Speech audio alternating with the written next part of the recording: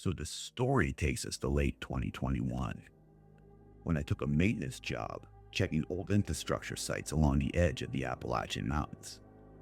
Most of the work was boring, hiking in, taking photos, filling out forms. One of these sites was an old concrete runoff tunnel tucked halfway up a ridge outside of Fayette County. It wasn't deep, maybe 100 feet, but nobody had been inside for years. Forestry wanted pictures of the interior to see if it was still structurally sound. Just another assignment. The tunnel had two entrances, one on the hillside, one lower down where the water used to drain out decades ago. The upper entrance was easy to access, so that's where I went. When I stepped inside, it felt like walking into a basement that hadn't been opened in forever. Dusty, stale, and colder than outside. My flashlight lit up the concrete walls, all covered in old spray paint. About 20 feet in, the ground dipped slightly. Water must have sat in there at one point because the floor turned muddy. Not deep, but enough to leave prints. And that's what caught my attention. There were footprints inside the tunnel. Not boots, not sneakers. Bare feet, a full set, heel, arch, toes, clear as day in the mud. I stood there trying to make sense of it. The prints were dry, so they weren't fresh, but they weren't old either. They led deeper into the tunnel, towards the darker end where the other exit should have been. I snapped a couple of pictures for documentation and followed them, figuring maybe kids just dared each other to come in here.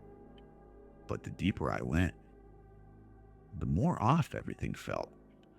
The prints started spacing out strangely, almost like whoever made them wasn't walking normally.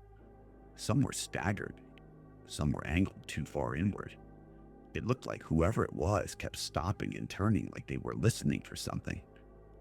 When I reached the last 10 feet of the tunnel, the prints just stopped, right before the lower exit.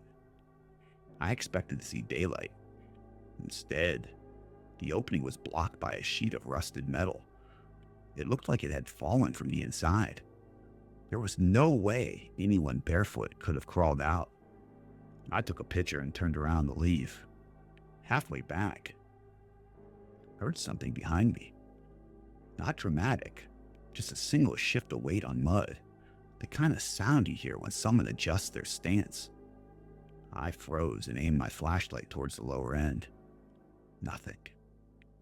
But the mud had a new mark, like someone's heel had pressed down once.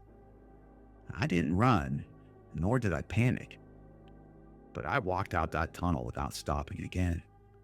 When I got outside, I did something I never do on these jobs.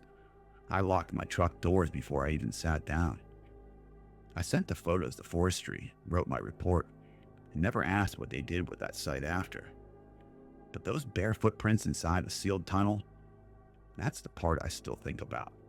Because whoever, or whatever, made them, never walked back out.